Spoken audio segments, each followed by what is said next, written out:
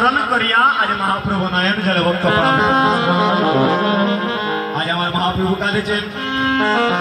কেঁদে কেঁদে গৌরী রসকে বলছেন অভিনয় করে এনেছি আমি তাদেরকে বিদায় দিতে পারবো না তুমি কৃপা করে তোমার ভক্তদেরকে বিদায় দাও